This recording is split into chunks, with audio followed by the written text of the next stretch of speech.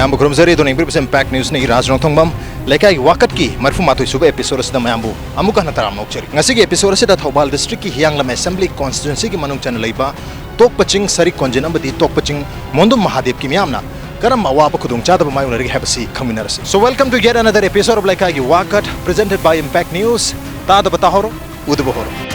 Leikai ki Wakat.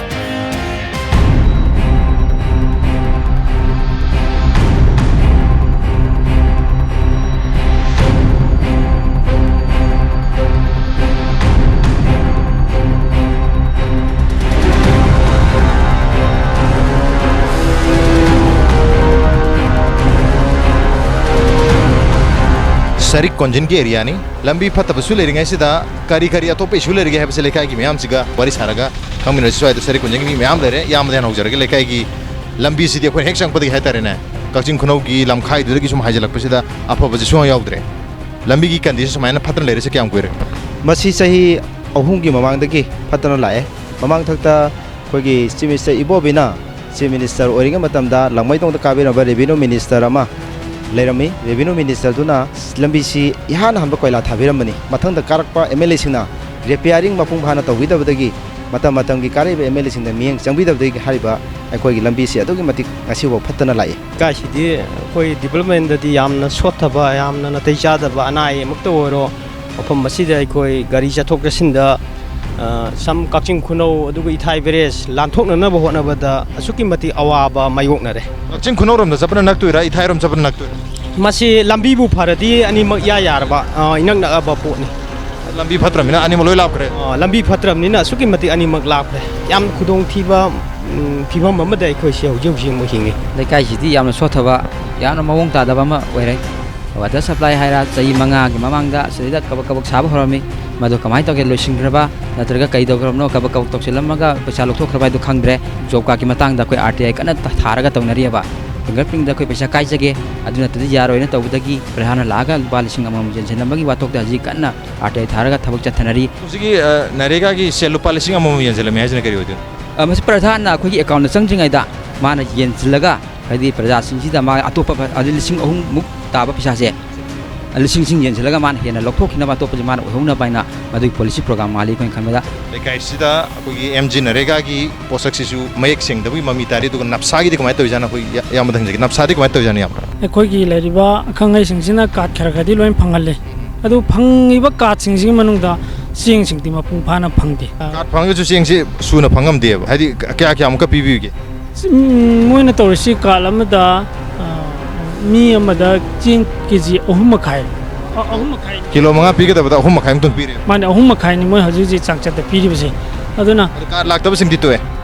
Kalaktabasing the most P the Brakanum to the movie. I do a sing, but I got like the sing the PD from Harry, car like the Pit of Zal. Oh, like was just going to be like Pazusuna Pivanatre. How do you order people? They quickly can regoni, I'm not take Sadava, they give by Bakoi Emin, Nai Bakwiki. Kendriziki Mapima power, you know, the Lambis, the Salak Kendriziki or a pa, Lambit Hongi, Karigum, the Yambahano Ude. But Yangui Simpuma condition tonality, Lambidi, Anna, the Yangla, kind of Kudong Tima emergency problem, Lakum. So many don't take our boy. I quit porting like this, but Lambit Hongi, or the kind of Ubidava. Exang pada Lambizim dia, the water supply to Lady High Part, taking Sing Galaxy, had to pass Pumakan, the Duzusina, the Ishingaza gets a very Singidi, Quigidi, helper, Momsili, Laga, Anginas, our Soga. Amakatra ladies. Our Samakanis, the Laga, Rapatislo Lala Sonar. Sonar.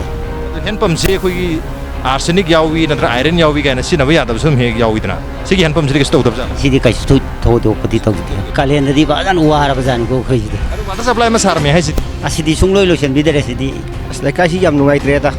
A koi di Jangangi. Migi tapta dum Lairabzari Manipur Yaraga, a Koji Manipur, home Sire Kalamit, Koi Biar Gunda Laguno, some Pagatra Kanzale or Kanze, as I Manipur is has the Layumatan that I saw Koi Masang out driver. Koi Mita Masasa, don't take Patre.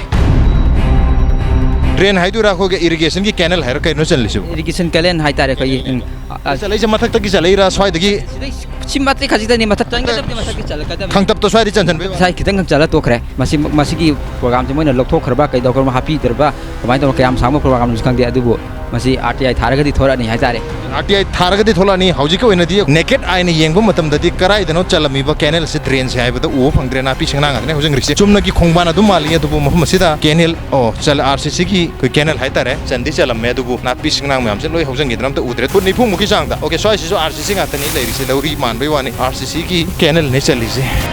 Leikai ki Wakat. Lirik machin sida mioi nahal mayam lare mayam se wari saraga khamin rasi Leikai si Sarik Konjin se kam pali na khoi amda naha de dum hojurage Sarik Konjin se kam tawbirige kam pali sida ayamanu ne phatre haitare ayamana lambi thong haira si koi MLA na yingjin bidre ayamana sahi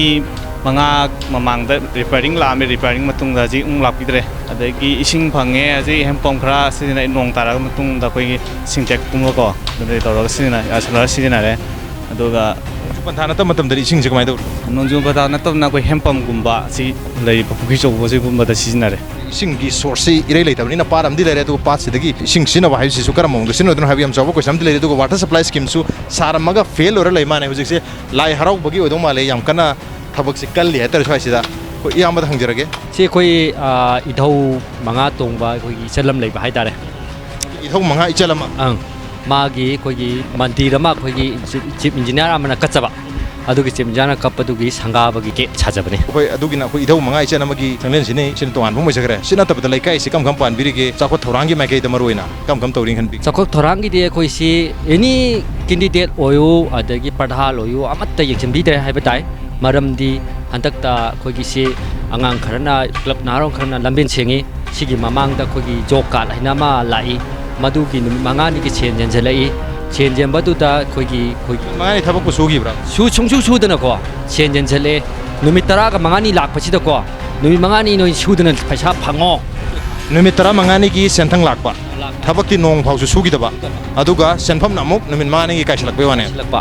ꯑꯗꯨꯒꯤ ꯁꯦꯟꯐꯝ ꯂꯥꯛꯄꯗꯣ ꯄ꯭ꯔꯖꯥꯁꯤꯗ ꯄ꯭ꯔꯖꯥꯁꯤ ꯂꯩꯕ ꯌꯥꯅꯤ ꯍꯥꯏꯅ ꯍꯦꯛꯇ ꯂꯩꯁꯜꯂꯛꯄ ꯍꯥꯏꯇꯥꯔꯦ member lairi pradhan lairi MLA lairi government su lairi adubu Leikai sida di Sarik Konjin dadi kanam tan yengsin retri habagi wapun milai si mapu pandre mar madring sai ko yambam kondo prepota ko mapum sida gi hongra bihar da chala sira habi wapum lai Leikai si ising siam wa hai se dang jege ising je thang sana ising se kai kai lobi pati lobiri ra nadraga handpump desi lawnai habi su tai nadraga nongju pan hai matam dari nong ising du ya salawi hai ising je ayam matam da kamai si na biri इसिंजे अयाम मतमददी अखोइसिदि याम वाइदा अखोइसिने मनाक नक अखोइ पुखरी असौबस पुखरी म लेरबगी खितंग अखोइना फ थकना सानाबदी कालेंददी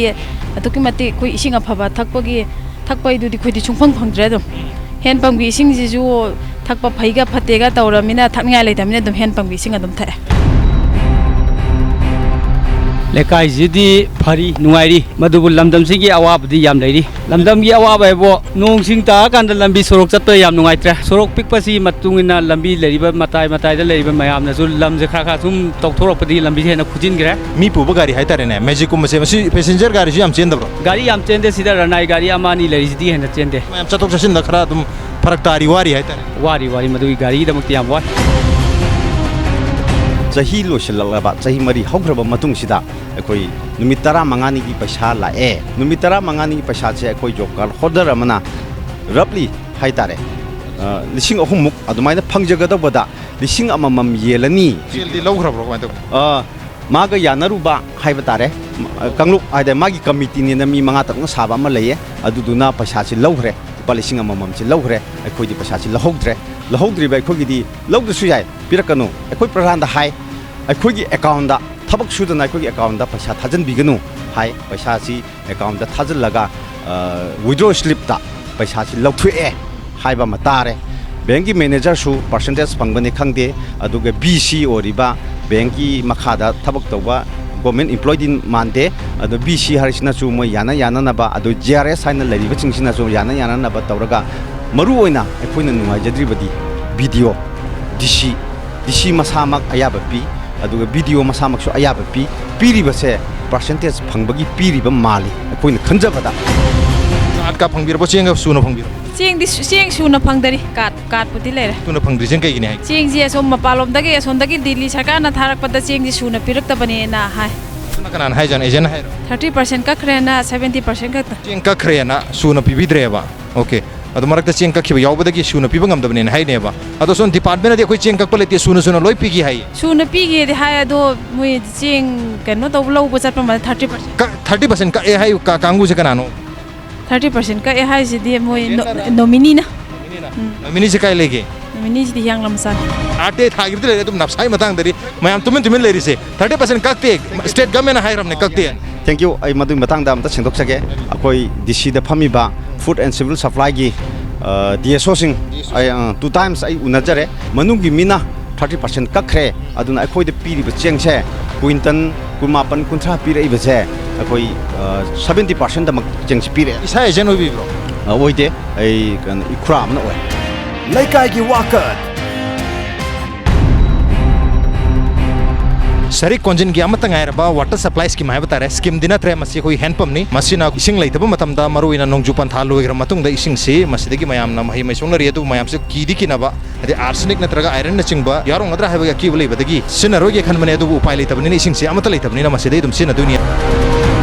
Sarik Konjin gi water supply scheme ama saba hormaga loisandana thamibasi mafam sidagi hai tare main road sidagi ka khalaga sing mathak sidani hai aduga maruina lekai si khogi chingya ta hai tare chingmai sida Tokpaching gi chingmai aduga chingkhong hai tare chingkhong sida maruina leibani water supply scheme si hi manga gi mamang da saramaga dum tokre hai re adubu tokre si karamba condition tokhibjana masi sina ba yaram da tokhibjala nadraga haurok pura dum infant stage da dum tokhrabjala changa yamrs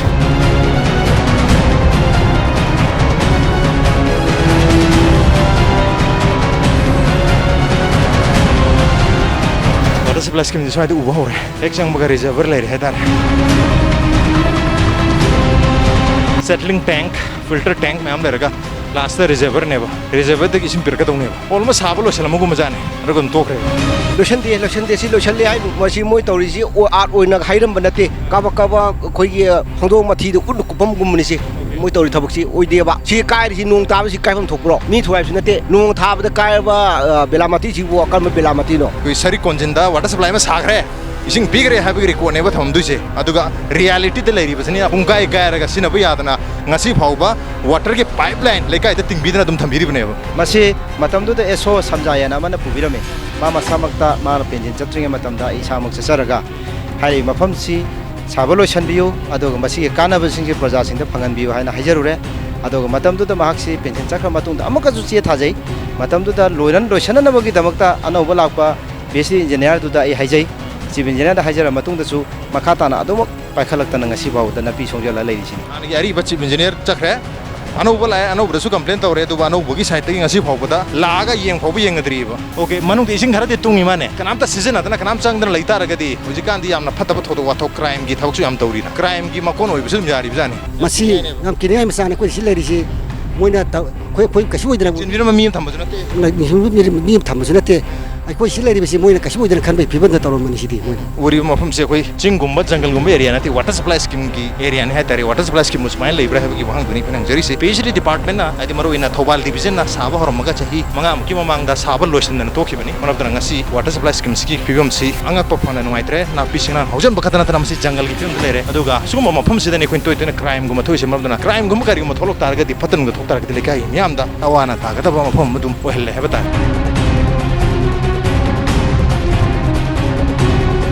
sina han settling tank nem sina isin sing khala si thada neba mathang da sand filter da thada ni sand filter da mathang da reservoir da thada gi dong me dubu hai riba settling tank si su nga ga leiri alaga wall sing jo ya man loi kai re se hi manga gi manung da kaim ta season da na nongju nung sa da kai ba adum makhal gi tank ha ba tara mo re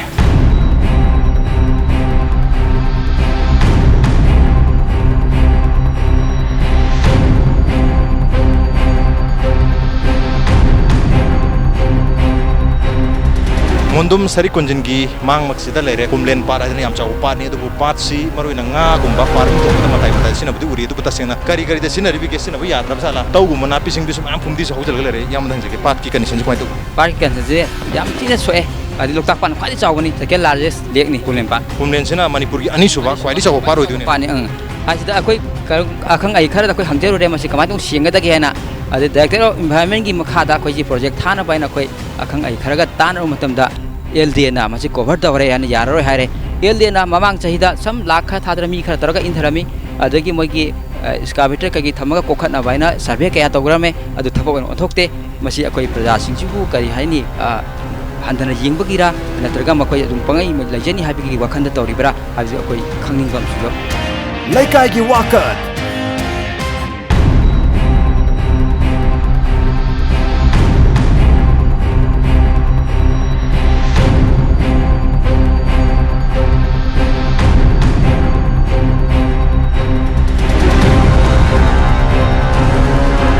Sarik Konjin dagi sum thologa Mondum Mahadev ki area yaure sidagi mthok raga Kaching Khunau gi lamkhai ta gi duni adu manung sing raga Sarik Konjin phawdoga ithai beres lam ta gi duni swai gi Mondum Mahadev Tokpaching area se orakan dati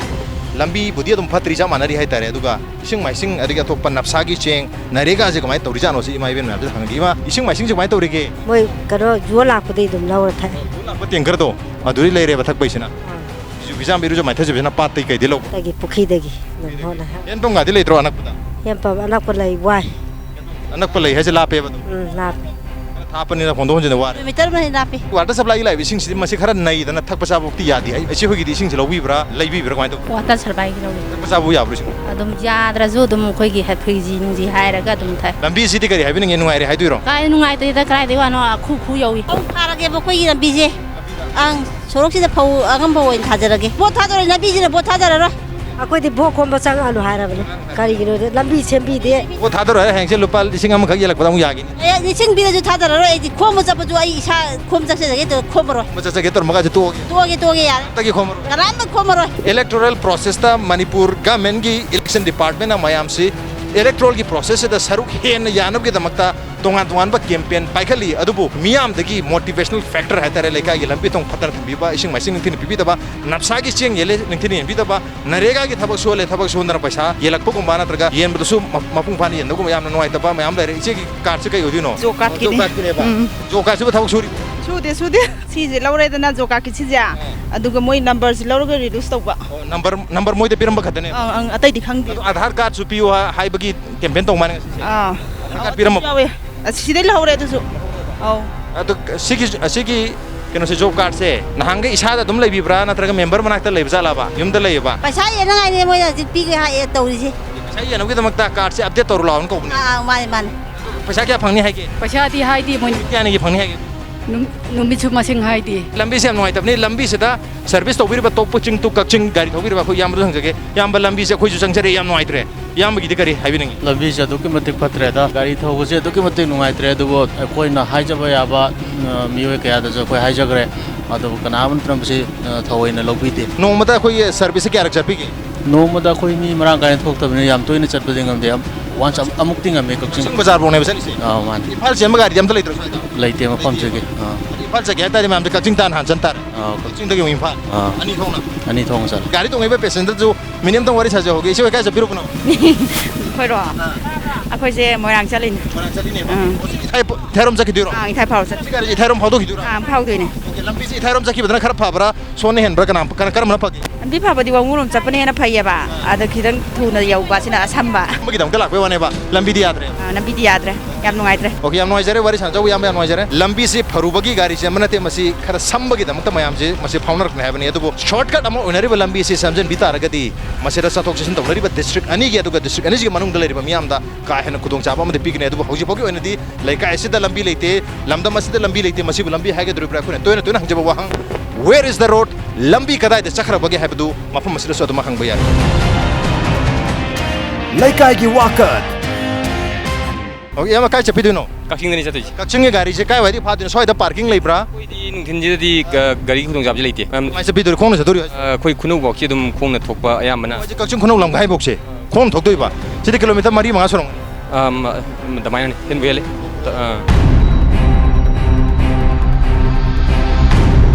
homeland part की हेक मनाक सिदा तोकपचिंग की market share म सारा लेरे दुगो सारब लोर मतुंग मसिंग स्वाइ सिदा क्रेक चलगा लेरे काय रे हाइतारे नमधगरे मरिंग थंग सरुक से मसे नमधगरि बिसि युआर हाबदगी नमधगि बिजाला मपान सिदा लेबाक थोन मसे नमधगि बदगी ओइदुर हाबदुदी लेकाय सिगी मियाम दा हंगा खंगसि मसे कमाय नमधगि जानो हो मार्केट शेयर जी सागी बिसि 2015 अदाय दा सागी बा लोइरे बा 15 दा ममा जहिर साबुन लोइरे निखाय बजिदी लोइरे हाइसि मोइना निखाय बजि अदुम कुइ कुइ दम निखाय निखाय हाइसि लेबाक से मोइना थोले थोन बजी कोइ सि साबम जी थोन बजी दम matik sana thon baji loidring ai lebak namdhaba loidring ai sida moi paisa laga dum parab sagal le parab dum sagal khare adui kui dana earthquake amazu thoki bisi January mari gi do aduda moina sa se mo loksani moina sabadadi matik sadana sabasi matik sadana sabane haining dana koi earthquake du moina khudung sab lo hai tare अंदर की जनवरी मरी चाहिए से की जनवरी मरी दा you are हाबदु दा निंगाई बनी है करे अदब साबदी ममांग चाहिए दा साबनी है तसेंग सिचुएशन से कइनो निंगाई रि से यू आर हाबनो ओइदुरी रा क्वालिटी मेंटेन तौदना सागिबनो ओइदुरी ब्रा हदि स्वाई मापान गा पुंगाई कार दम लेरी मसे सिनबसु हौद्रि बने कबिनु से क्वालिटी मेंटेन तौदबा नेबा मरमदि मासी माने यामना पैसा संग तौजरे को लम ग लेदना खुदन तौरे दु हेक थोन बगा लोइबा था नि हम लेरा साबाजिदि थोन बजिदि मा गाड़ी तौरगा हदि पिलर पीरगा हदि जो नुगा तौदना लेंटेन लाक्तना खोतना मागी तौदना तौबिरमदि को मसे थोइन लौजेबा लेबाक सिना फिन पुरा तोंदिङै मतुंदा बोइसि हौनजा हौगिबैने बोइसि Leikai Wakat काइदनो लेरबा निंगाइरगा लेरबा तोकपचिंग मार्केट स्ट्रीट सिगी हेक अपोजिट लंबी की अवांग थंग हाइगद्रा ममांग थंग सरुक सिदा चिंगम लेरिसिगी तोकपचिंग सिगी मथक सिदा मोंदुम महादेव की ओइना वाटर सप्लाई स्कीम अमा लेरे स्कीम सिना मोंदुम महादेव की अकोइबदा लेरिबा मियाम दा इसिंग खर खर पिरि अदुबु मसी मेंटेन तौबा ngamdabadi अफबा इसिंग पिबा ngamdre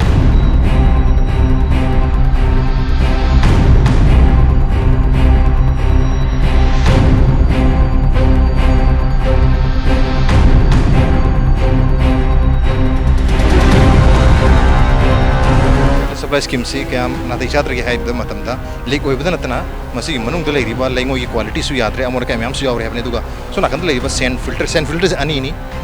अमा सिना लोरगा अमोंग सिना दुनि मस्तिंग हांग हां खमदन मेवानी अदुगा ममांगलम दा हाइगद्रा ओइरुम दले रिबा फिल्टर सिना कोई की अहान बा सेटलिंग टैंक नि पुमलौग दगी पुमलेन पात दगी सिंग सिंगलागा मसिदा अहान बता दुनि अदुगा मस्तिगी मथंग मथंग फिल्टर से लागा लास्ट रिजर्वर से सिंग जखर मतुंगदा रिजर्वर दगी लेकाय दा मोक इसिंग से पी खिगा दौनी अदुबु हजिक लेरिबा फिल्टर टैंक अनिमक्सी युब यावबना मरम ओइदुना इसिंग से कुइना तुंग ngamdaba aduga चिंखलेबि इसिंग की चिंखलाबु मतुंग मफम से लाकान फिल्टर से निंथिना तौब ngamdabnina लेकाय दा अफब इसिंग पिबा ngamdri aduga chemical su department की साइड की पीएचडी डिपार्टमेंट की सही होने पीगदबदु चांग नाइन पिरक्तबना मरम ओइदुना लेकाय दगी खर खर खोंगलिबा सेंफम सेना मदु मैनेज तौबदि याम वारे मरम मदुना अयाम मतमदा लेकाय दि इसिंग से पी मतमदा पात की चिंखलेबि इसिंग दुगा युमदा ताराइबि इसिंग दुगा केमता खेनद्रे ट्रीटमेंट हाइबा वाहि से वाटर सप्लाई स्कीम अमा लेबा तारगदि ट्रीटमेंट प्लान अमा लेगदमनी उदुब ट्रीटमेंट प्लान अमा लेबा तारगसु मफम मसिदा ट्रीटमेंट प्लान से की असेंगबा वाहन थोक्तुमदि लेबा ngamdre मरमदुना लेकाय म्यामना अथु मतमदा मरी लेनब डिपार्टमेंट हाइबदि पीएचडी डिपार्टमेंट की मियोसिंगना यंगसिन बिबदुनी लेकाय म्यामना पामबिस फिल्टर टैंक दसु इसंगारे मसिना ताकबदि इसिंग से मसिदा लोय युरे हाबनि युबसिना मरमोइदुना चो लावरगा लेरबनिना इसिंग से यामना लाइना काब ngamबनि मरमदुना सेटलिंग टैंक इसंगारे फिल्टर टैंक इसंगारे लोय युरे हाबनि युबगी खुदम सोना सुम लेरि सिंग से तब तारी तो मसिदा नतना कोई फाइनल सिंग थम ओइबा रिजर्वर हाइतारे रिजर्वर से सु यामना साथीना युरे हाबा तारे याम चावना युरगे हा मतम साइसिदा लेरिबा आउटले की पाइप सिदा इसिंग से युबदगी मागे मथाय मथाय सिदा लेबांगना लेखोमना तैरगा युदना बकना लांगनरि अदुबो लेखोमना क्याम कुइन ngakaduribनो क्याम कुइन मेनगदुर हाबदुनि इसिंग से दुम चेंथोकलि साइस सिना कोगी ट्रीटमेंट प्लान द युबगी नंखिना साबिरमदबगी वाफम लेरे लेकाई की पूरीबा पाइपलाइन सिंदुदी मतिक चारब जाला इसिंग से मरा खाना जिरी दम लाब जाला जिरी से लंबी द लोय तारब जाला असी मतंग दम हाजके अखोइन म्यामना पामिबा इसिंग ताबगी पांदम अखोइन हुजुक फंगबा ngamjadri तोकपचिंग प्रजा की पेंदबा सैनिटेशन कमिटी की थौपुरबा अखोइ यामना वथि म्याम ताइ मरमदि हुजुक चिम अखोइन लेबा अखोइ सोरकता पूरीबा पाइपलाइन सिंग से मतिक चाना मागी कंडीशन चुमनो फुंबिरम मरमदगी यामना अवाबा खुदोंति थेंगनै मरमदि पाइप गाड़ी में हेक चपन तमदा पाइप तो लेबम तो मागी लेवलिंग द लेतो मरमना अतोंग लेबा मरमदि पाइप काइबदगी अरेमदि सिंग म्याम मांगुना नोंग चुदना इसिंग चावा हाइबदो तोकचिंग सोरकता ओदु लेरे मफम मसिदा पीएचडी डिपार्टमेंट की एपैथी है तारे इनडिफरेंस मखोई की नेग्लिजेंस याम चाउन उरे सारम मतमदा क्वालिटी मेंटेन तौदना साबिरम में साफम थोकपा मखोई की बिल काइबि यानबि मोंदा साबिरम में दुगा तिंगिबा पाइपलाइन सिंग सिसु निंथिना तिंबिरम दबा लंबी की मथकता तिंगमन सिंग मक्याम यावबदि मसि काइदना ngasi इसिंग सी युमथोंग खुदिंग दियोब ngamde दुगा चौकीदारना सिंगबा केयर टेकर क्रामता लेतबनिना थादोगा लेबनिना खंगदना अंगांग ना गरिना नत्रगा उचे गोयाना नत्रगा थोंकी तौगे हैदना मसिदा हुगुंबा हु काब या पोर हाचलम तारगदि खुंजम लोय ना दोरि में सीना यावदोरि बनेबा मरमदना चौकीदार मा 24/7 लहनबम दि मथुकदारी डिपार्टमेंट हाइदुरिसि अखोइदा ताइनर तुरिब्रसिंग कोइन कमिटी म लेरे कमिटी द सेना वन हाइ रेना कोइदा ताइन दुरिब्र मरबदि मखोइना मतिक चाबा पोत थमदबदि सोकुनि हाइसि कोइनि ताइनरी मोनदि हाइरेबा मोइन खोइदों ताइना दुरिबा अखोइगी रेस्ट हाउस कुंबा अदगी सहीगी ओबा कनोसे अखोइगी सेंथंगजे पीबीरगा सिगी लंबी ओरो अदगी मोल इकोर सिंगनाबा अखोइ कमिटी द आम कमिटी सिनरमदन अखोइ लुपाम सिनरमदेबा हजि तसेना कमिटी सिदा मिगी पैसा पुरगा अखोइ कमिटी रन तौन होनरिनेबा अखोइ कमिटी सिदे अदुगदि सोना लेरे अदु मरि लेम डिपार्टमेंट से खदंग थुनि सिंबिरगा मकुंग हा वाटर सर्विस सिलेक्शन कमिटी अम own Leikai Wakat.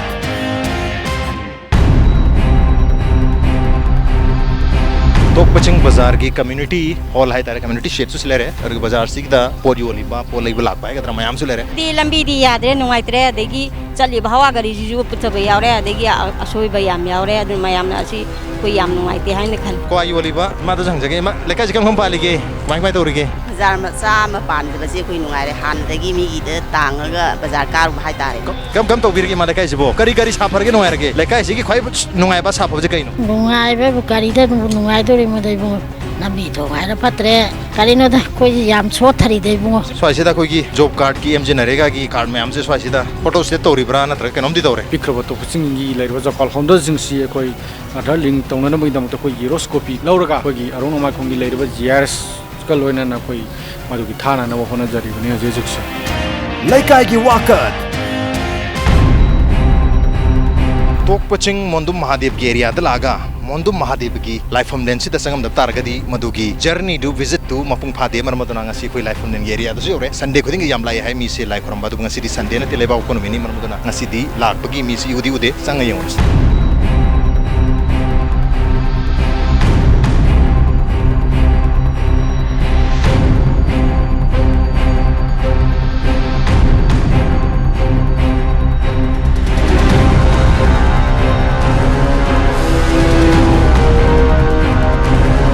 Mondum Mahadev की लाइफ हमने ले रिपा लाइसेंस सी ओरे अदुबो ngasi si नोमाइजिंग नमिना तबनीना मी से लागना त्रे नुंथिल की मतम जो रमने पुंगा मता दोरे कनाम लेत्रे है तारे इना हम ले रे को लेका ऐसे की Mondum Mahadev की नाउनी मिंगदी हरिदास हरि है जो कन रे हरि से कोई तो याम टैलेंटेड ओइबा कोई मिमिक्री आर्टिस्ट हम खंगनी स्टेट से ममिंग ले रबा आर्टिस्ट मैम से दुम थबो तो मिन खरबा अदुबो लेका से की इशू से लेका से ले रिबा लंबी फतबकी इसिंग फंगदबकी ले रिबा इशू मैम से तोंगान तोंगान बा मिमिक्री की खोंजेल है तारे ने लेका से की इशू से हाइबी है तारे यांगलम केंद्र की मंत्री फाड़ीना यंगचंद्रब लंबी सीधा नंग नमो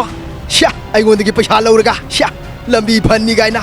मंत्रम सोमद लंबी फन्नी गायना चटपदसु पुथरे बुतोंग चत्रदि याद्रा गाड़ी थौरी मी तौरिसिजो सनगरी लागबो चमानया अखोई यांगलम केंद्र गया तोकपचिंगिया म्यूजिक आइरिस कक्सिंगिया पार्किंग दगा खामबदिया इस्लाम ने यंगदा हियांग केंद्र गया तोकपचिंगदगी लागबो गाड़ी ने लाम खंगिना श्या इमोट का मोलदना औददम खंगिना अदुगा श्या नंगना लंबी फन्नी गायना चंगा चपिम पिउ गायना आइना चंगा चपिदु पिरिम नत्रा अदुगा श्या लंबी फन्बदि लायदना नोंग तारगा हेन लंबी फतबु हिंजलिन्या श्या मंत्री फाटी जो येरा धप्तिया मरक्तन तमो लंबी की मतंग सिदा ननाउना खितंग हाइजनिंग बम दे खंगना सानाबजु कोइरके गा हाबदा थिंगनिंग बम फावरे मरदि इकाइ जरमिना अस लाखिनु गायना अस कोइ दुम लंबी फति गायना दमाइ जो हाइब याउ अदुगा लंबी फतबजु हाइब नुवाइ जदब लेब जु लाखिनु होजि नुवाइते खोते दुदा गाना अतै अतै थैदोगा दुम खुमबसु याउ ता